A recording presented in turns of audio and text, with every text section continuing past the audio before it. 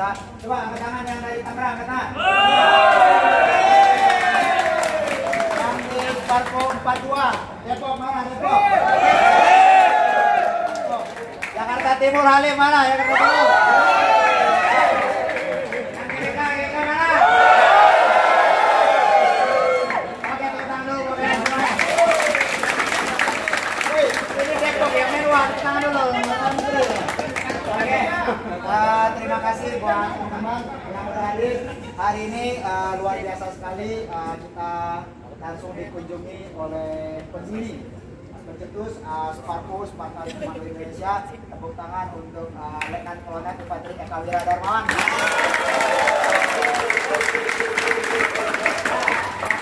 Banyak yang belum baru pertama kali ketemu hari ini siapa? Yang pengen juga silakan goceng dulu ya.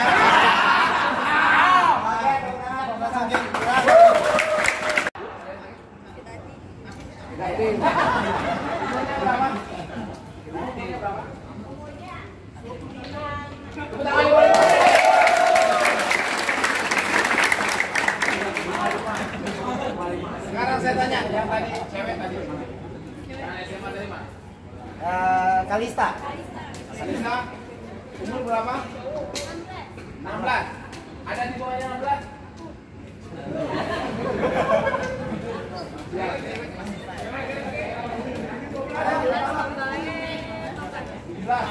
Yang cowok 16. Ada di bawah 16?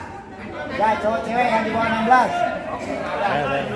Berarti paling senior 55, paling muda 16. Tangan.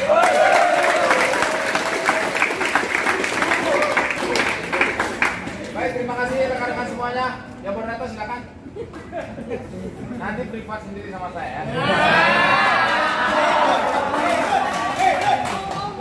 Terima kasih.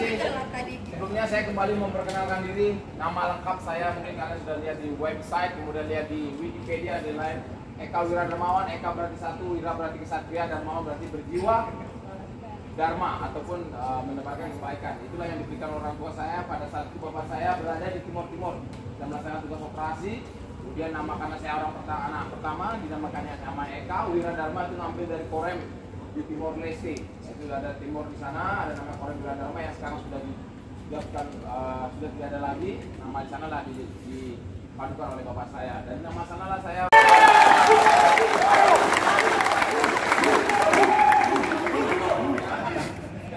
Di antara kalian mungkin yang bukan ada berprofesi tentara, saya hanya menceritakan jelas balik saya sehingga saya bagaimana saya bisa mencapai menjadi seorang dengan kolonel sampai saat dengan ini, karena banyak yang menanyakan tapi nggak masalah. Saya berpikir bahwasanya udahlah, kalau saya tidak jadi tentara saya jadi dosen, maka saya masuk di IKIP, Institut Keguruan Ilmu Pengetahuan yang sekarang STKIP dan berubah sekarang Universitas Ganesha di Singaraja, jurusan matematika. Tidak melalui MPTN tapi PMDK pada saat itu itu memungkinkan masuk di program studi matematika. Saya sudah kurang lebih sampai 3 semester atau 1 tahun.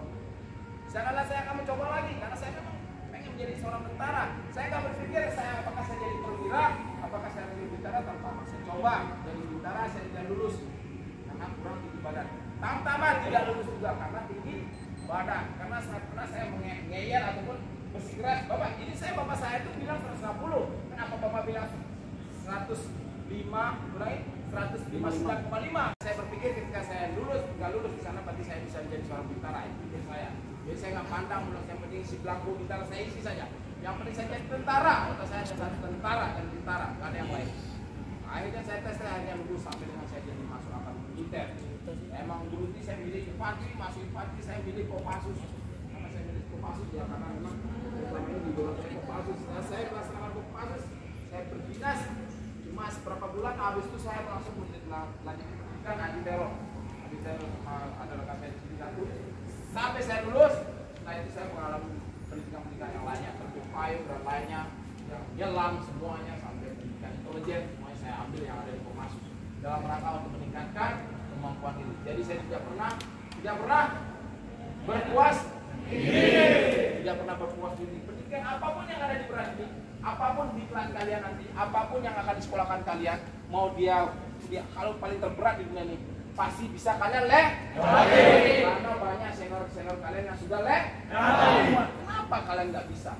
Itu semua di otak kalian saja. Kalau kalian sudah nggak bisa berpikir, pasti nggak bisa. Tapi ketika sudah ini udah tembok kiranya, kayaknya nggak bisa. Tapi kalau kamu berpikir terus berpikir, pasti ada celah untuk memecahkan permasalahan itu. Jadi setiap ada permasalahan di depan mata itu, jangan kamu melihat dari segi kendala atau tantangan, tapi kamu harus mencari sebuah peluang. Orang yang sukses adalah mampu membaca tantangan itu jadi sebuah peluang. Kalau sudah sukses yang gampang, udah jelas kamu besok saya dipromosikan, akhirnya kamu semuanya itu akan mengeluarkan kendala di kamu. Makanya itu kalian yang sudah mempersiapkan diri untuk menjadi TNI ataupun PNS ataupun yang lainnya, ketika ada kendala, hambatan, gigi saya lubang, saya parises, jangan langsung kamu udah mengundurkan diri. Salah, kamu check up sana, check up sini, tanya semuanya. Itu namanya tuh usaha kamu. Usaha tidak dinilai dengan materi, tidak dengan apa namanya hubungan kamu, tapi dilihat keuletan kamu, bagaimana kamu berkomunikasi dengan orang lain, bagaimana cara cari jalan, gitu. Nah, ulet itu menambahkan kualitas. Ingat, layang-layang akan terbang jika ada angin yang kencang. Jadi kamu akan tumbuh menjadi seorang dewasa ketika ada cobaan, tantangan ataupun hambatan yang menghadapimu. Tiga, seorang peselancar akan terlihat sukses, terlihat mahir ketika dia ada ombak yang kencang, yang besar. Baru bisa kita nilai bahwasanya orang itu memiliki kedewasaan yang bagus. Ya, bisa dipahami nih? Siap. Jadi kamu nggak usah takut dengan tantangan, kamu nggak usah takut dengan hambatan, kamu nggak usah takut dengan masalah, karena semuanya akan diberikan semuanya dengan permasalahan ataupun tantangan yang berbeda. Seperti contoh, sekarang ada yang dituntut untuk menguruskan badannya. Itu adalah salah satu tantangan ujian bagi kalian. Kalian yang kurus, tantangannya adalah bagaimana kalian membentuk badan yang postur yang bagus. Itu adalah ujian bagi kalian. Bagaimana caranya? Harus berusaha keras, bekerja keras. Pasti hambatan banyak ada. Yang pertama, malas, itu jelas. Malas, pekerjaan itu jelas. Kalau orang yang berpikiran sinis, pasti berpikiran pekerjaan adalah hambatan terbesar saya untuk mendapatkan postur yang ideal. Selalu mengkambing hitamkan pekerjaan, selalu mengkambing hitamkan waktu. Ataupun teman-teman di samping kalian, selalu mencari kambing hitam. Kambing hitam banyak di pasar. Tapi kalau tetangga di sini, nggak boleh seperti itu. Badan sampai kurus segala macam, membesarkan badan, nggak bisa, saya nggak punya susu, nggak bisa. Bukan susu aja, whey proteinnya kau minum. Tapi bagaimana kamu latihan, bagaimana kamu menambahkan protein dengan telur yang ada, bisa kamu kemana bekerja sedikit nambahkan protein, bisa, sebenarnya bisa. Cuma sekarang usahamu seberapa keras diri kamu, itu aja, nggak ada yang lain. Ya, bisa dipahami ya? Siap. Jadi materi hari ini kita tidak usah takut dengan tantangan. Tantangan apapun yang depan kita pasti selalu ada. Kamu berhasil melewati tantangan ini, kamu akan diberikan tantangan yang lebih besar lagi, lebih kuat, lebih kencang, lebih bertubi-tubi. Menguji apakah kamu sudah dewasa, apakah kamu bisa menetralisir kesabaran kamu, apakah kamu tetap sabar menghadapi ulet jiwa bersatria. Seperti itu. Diuji sampai kita sampai masuk pada liang kubur ataupun masuk dalam kuburan. Itu selalu ada permasalahan, selalu. Jadi kamu gak usah takut dengan itu. Tekanan mempengaruhi karir, mempengaruhi hubungan keluarga kamu. Udah hadapi saja. Jangan menghindar, jangan melarikan diri, ataupun kamu exit atau lempar tangan sembunyi, lempar batu sembunyi. Berikan orang lain, kamu sembunyi. Bukan, hadapi saja. Karena itu udah menguji mentalitas kamu. Bagaimana kau akan menghadapi nanti ujian-ujian ke depan yang cukup berat. Jika kamu sudah melewati semua, timbullah kamu rasa bangga, kesuksesan yang hanya berskala kecil. Tidak ada kesuksesan yang kekal. Kamu bisa mengundurkan berat badan, sukses. Kamu bisa mendapatkan salary ataupun gaji yang lebih, sukses. Kamu rumah tanggamu, aku sukses. Kamu sehat terus, sukses. Betul nggak? Betul. Bukan berarti kamu menjadi saya sebagai tentara sukses. Belum tentu saya jadi tentara. Saya pengen jadi panglima TNI, baru sudah jadi panglima TNI, sukses. Pengen jadi presiden, sukses. Sukses itu tidak ada batasannya. Tidak ada tolak ukur. Itu sesuai dengan persepsi kamu ataupun sesuai dengan tujuan awal kamu, visi kamu apa. Seperti ini, berarti saya capek, berarti sukses. Walaupun kecil, kesuksesan kecil kumpul-kumpul menjadi kesuksesan yang besar. Jadi itu apapun target kalian sekarang yang ada di sini, kamu nggak usah menyerah, kamu nggak boleh menyerah, kamu nggak mesti optimis, kamu nggak usah minder, melihat kanan kiri kamu mungkin badannya bagus, cantik, manis, kaya, berada dari sosial yang bagus, Gak usah kamu pikirkan, hadapi saja. Kamu manusia, kamu memiliki pemikiran yang berbeda. Kamu di otakmu itu berbeda. Orang didesain dengan pola pikir masing-masing. Orang didesain dengan kelebihan masing-masing. Orang diisi dengan kekurangan masing-masing. Jadi kamu gak usah berpikir, gak usah minder dengan Firkes. Saya tidak pernah minder. Saya dikomentari berapa tinggi badan King Spargo, berapa sama bule-bule jauh. Saya nggak pernah minder sama bule yang paling tinggi, mungkin saya tiang listrik. Saya tidak akan pernah berdiri. Saya tidak akan pernah mundur berbicara dengan santai saja. Kau boleh tinggi, saya boleh pendek. Tapi saya punya kelebihan. Ketika kau ada serbuan di gorok-gorok, saya orang nomor 1 yang masuk dalam got. Saya bisa menyeliup dengan cepat. Ya kamu kalau paling upacara aja bagus ke depan saya. Tapi kalau saya bagian cepat masuk, udah hilang duluan saya. Lebih lincah saya. Gerakan saya lebih lincah karena badan saya kecil, penampang saya kecil, jadi saya bisa melakukan apa-apa. Itu dari segi. Tapi kalau dari tongkrongan ya saya kalah, dia besar, paling kenalan pasti dia dulu yang dilirik kepada saya. Saya belakangan. Jadi nggak usah minder, semuanya memiliki kelebihan dan kekurangan. Apapun kalian, berapapun umur kalian, nggak usah minder di sini. Di Spargo adalah wadah yang bagus kalau kalian adalah orang-orang yang baik termasuk dengan pelatihnya. Tapi kalau pelatihnya isinya adalah bahasanya buruk terus, bahasa buruk terus, mencaci maki, memprovokasi, ngomongin orang lain, kalian juga akan terdesain seperti itu. Tapi kalau pelatihnya, ayo jangan menyerah, patah menyerah, semangat kamu, ayo kamu bisa. Itu sebenarnya bahasa-bahasa positif yang membuat kamu, yang awalnya kamu jarang mendengarkan itu, ketika hadir di sini kamu akan tertrigger ataupun terdorong untuk melakukan hal tersebut. Itu adalah poin-poin yang sangat bagus yang perlu kalian pertahankan. Bisa dipahami? Itu jadi saya, tetaplah semangat dalam menjalani kegiatan sehari-hari. Apapun profesi kalian, saya sangat bangga dengan kalian. Karena setiap profesi yang ada di muka bumi ini, itu akan menentukan kemakmuran kita ke depan. Ada yang ditanyakan? Silakan tanya, mungkin apa daripada kalian tanya DM saya, nggak dibalas-balas, boleh tanya di sini, masih saya balas. Ayo silakan. Ya. Umur? Baru kemarin saya ulang tahun, biar umur saya adalah 40 tahun sekarang. Tangan dong. 40 tahun. Rasanya begini kalau mulai belum. 40 tahun. Jadi saya sengaja untuk badan supaya tahu bahasanya umur 40 tahun itu bisa, ya walaupun masih ada gini ya, wajar lah umur 40. Tapi dari segi otot, kekuatan, kemampuan saya dalam melakukan aktivitas kalistenik, ya maksudnya di atas rata-rata bagi seumuran saya. Tapi kalau saya sama yang muda-muda, sama Bang Nivelko, ya saya jauh lah. Sama Bang Dori berapa? 31, saya 40, beda 9 tahun. Ya, Mbak Yuli berapa? 38, beda 2 tahun dengan saya. Kemarin bilangnya 30, maka 38. Gak usah deh, udah 30 aja. Jadi seperti itu, jelas ya, umur saya 40 ya.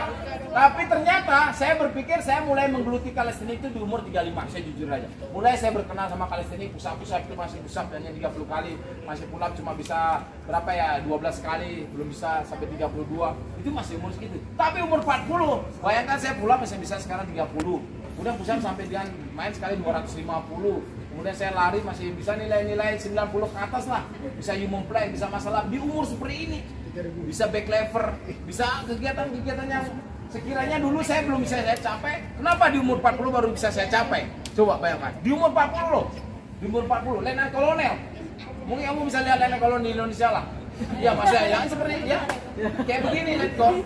Jadi intinya adalah kalian harus semangat, konsisten.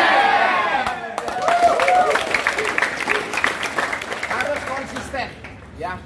Bukan setiap hari. Kenapa harus tidak menyarankan setiap hari?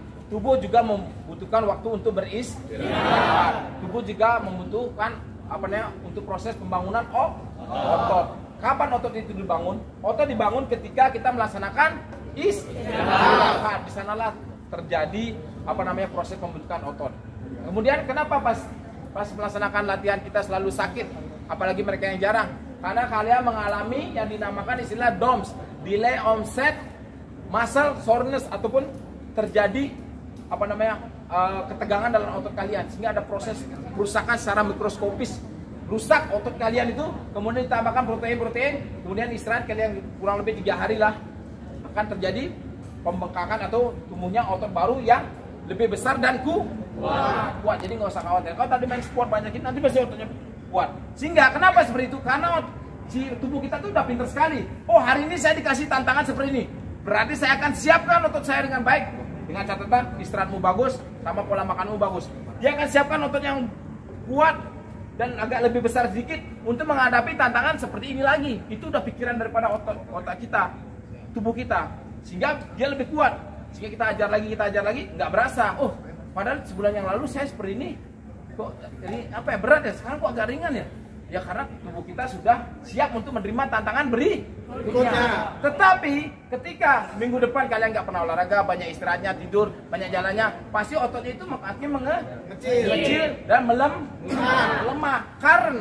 Karena tubuh sudah merasa, oh tidak akan ada tantangan lagi, tidak akan ada push up lagi, tidak akan ada sit up lagi. Udah kita kendorkan sajalah, kita kurangi saja, kita nggak usah kontraksi. Sebenarnya otot kita lebih jago. Bagaimana kalian yang mendesainnya? Oke ya. Ada lagi yang tanyakan? Ya, Mbak ini. Ya. Saya pernah minum whey protein pada saat itu dalam rangka untuk persiapan untuk event Kopassus Speed. Pada saat itu tampil karena waktunya singkat, sedangkan kebutuhan protein saya kurang, di mana saya butuh lebih cepat, tapi saya akan menggunakan whey protein. Tapi tidak secara jangka panjang, hanya pendek pada saat itu saja. Kan nanyanya pernah pakai, saya bilang pernah, saya pakai. Tapi kalau nggak menggunakan, saya cukup dengan telur 7 sekali makan, kemudian saya dada ayam 2, paha, siang, paling gitu aja makan. Ya makanya kalau kalian lihat saya makan telur itu kalian seperti ini, nanti bisulan yakin, nggak ada bisulan. Saya udah tanya dokter, yang membuat bisul ya jorok kalian itu. Jorok itu yang buat, bukan telurnya itu. Kolesterol ya mungkin lah, tapi kalau aktivitas kita bagus, ya nggak bakal pernah. Kayak sini bisul, mana ada pernah bisul. Saya makan kuning sampai kuningnya. Kalau bisa itu kulitnya saya makan kulitnya itu. Kuning sama putihnya saya makan 7, 8, 10 kadang-kadang. Karena saya tidak menggunakan whey protein. Jadi saya proteinnya benar-benar dari makanan sehari-hari itu. Dada ayam seperti ini, makan sama Dori sama hari makan begitu aja. Makanya kalau bilang, Bu, makan apa nasi uduk katanya. Bu, telurnya 8 gitu. Langsung bingung ya punya. Ini bagaimana? Ya Bu, apa mandanya saya bayar 2 kali lipat gitu. Lebih baik saya begitu. Makan telur dibandingkan ini. Tapi untuk dalam jangka panjang saya seperti itu. Tapi kalau ada training center atau persiapan kalian target dalam waktu jangka dekat, gunakan whey protein boleh. Saya tidak menyebutkan apa mereknya karena di sini saya bukan endorse ya. Apa saja. Oke, makasih ya. Jadi saya tidak pernah mengklaim whey protein jelek, whey protein bagus, tergantung peruntukannya dan jangka waktunya kapan ya. Siapa lagi ada? Tadi dari ini. Ya. Izin bertanya sesuai apa?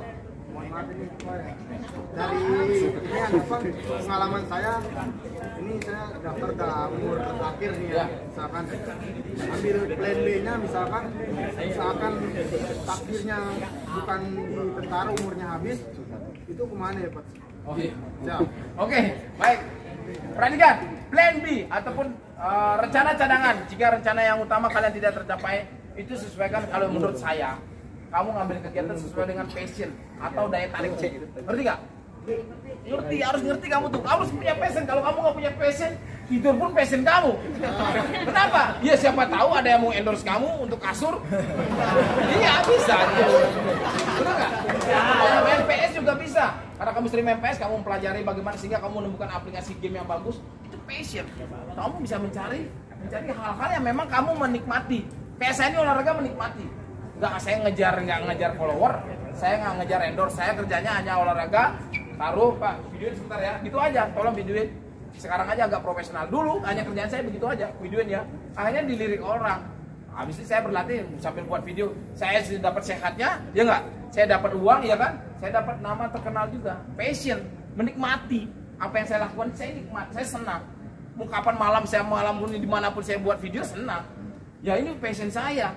Nah, tentara udah passion saya. Kenapa? Saya dari kecil sudah seperti itu. Jadi mau dibuat latihan yang paling terberat di muka bumi, mohon maaf nih kalau saya didaftarkan, saya akan ikut. Gak usah melihat harus tinggi badan, nggak usah. Pikiran belakang nggak mampu itu belakang kita hajar aja dulu, kita buktikan sana. Passion udah menyenangi saya jadi tentara. Saya suka itu. Kamu sekarang passionmu, kamu apa hobimu? Hobimu apa sih? Coba cari. Saya suka. Oke, saya ngeliat apa? Saya sukanya mancing. Udah mancing aja. Mancing, tapi kamu mancing yang menghasilkan uang, ya kan? Gimana orang mancing menghasilkan uang? Ada nggak? Lumayan. Jangan mancing kerusuhan. cari passionmu ya. Karena kalau kamu dipasangkan orang tuamu kamu nggak suka tentara, kamu pengennya dokter dipasangkan tentara, udah pasti nanti lama-lama disersi kau keluar dari tentara itu. Nggak suka dokter, kamu sukanya tentara dipasangkan dokter, udah akhirnya dokter jadi aktif bisa, dokter jadi apa, jadi segala macam. Karena udah nggak masuk di passionnya dia. Jadi ini kan daya tarik kamu tuh. Bisa dipahami ya? Ingat, setiap orang pasti punya passion. Kamu kalau nggak punya itu bukan manusia itu. Itu apa itu kalau nggak punya? Pasti dia punya daya tarik gitu. Kau dalami, geluti, buka literatur yang ada, Google aja buka baca, sehingga bisa mengembangkan bakat kamu. Kalau bakatmu rata-rata dengan orang, kamu tidak akan pernah dilirik. Tapi kau harus menonjol sedikit. Nah, itu siapa? Itu beda style untuk dia, gamingnya tuh berbeda dia. Dari komentatornya berbeda, daya tariknya berbeda. Siapa? Coba tarik, kita taruh sini. Kamu harus muncul di antara teman-temanmu yang memiliki passion yang sama. Harus muncul dengan menggunakan trik-trik khusus. Kayak kamu dilirik. Bisa dipahami ya? Siap. Oke, siapa lagi? Ya, silakan. Kalau badan sudah kebentuk masih bisa daftar TNI? Bisa. Yang penting kamu bukan terlalu besar kayak dengan agak. Tapi kalau otot bentuknya kayak gini kan atletis lah bahasanya ya. Kayak kamu coba berdiri. Berdiri. Ini udah bagus. Ya, tangan lu ya. Bagus. Ya, karena bisa dibentuk nantinya. Tapi kebentuknya kan berotot biasa sesuai dengan badan kamu. Ini kan badan kamu profesional. Yang dimaksud tuh udah olahraga bodybuilding besar tuh loh. Dia ditakutkan dia kaku nanti pada saat gerakan, nembak pakai baju cepet-cepet itu kaku dia. Itu maksudnya ya. Tapi orang yang ngomong itu kan asal mentah-mentah aja kamu terimanya. Gak boleh badannya kebentuk, bentuk gimana lagi dulu masalahnya. Kalau kayak seperti ini kamu bisa, Dori, yang kayak gini bisa semua ini, ya, nggak usah khawatir ya. Yang di Alput yang besar yang kontes dulu, nah itu daftar susah. Yang karena dia untuk kontes, ingat dia untuk pertandingan memang itu disuguhkan.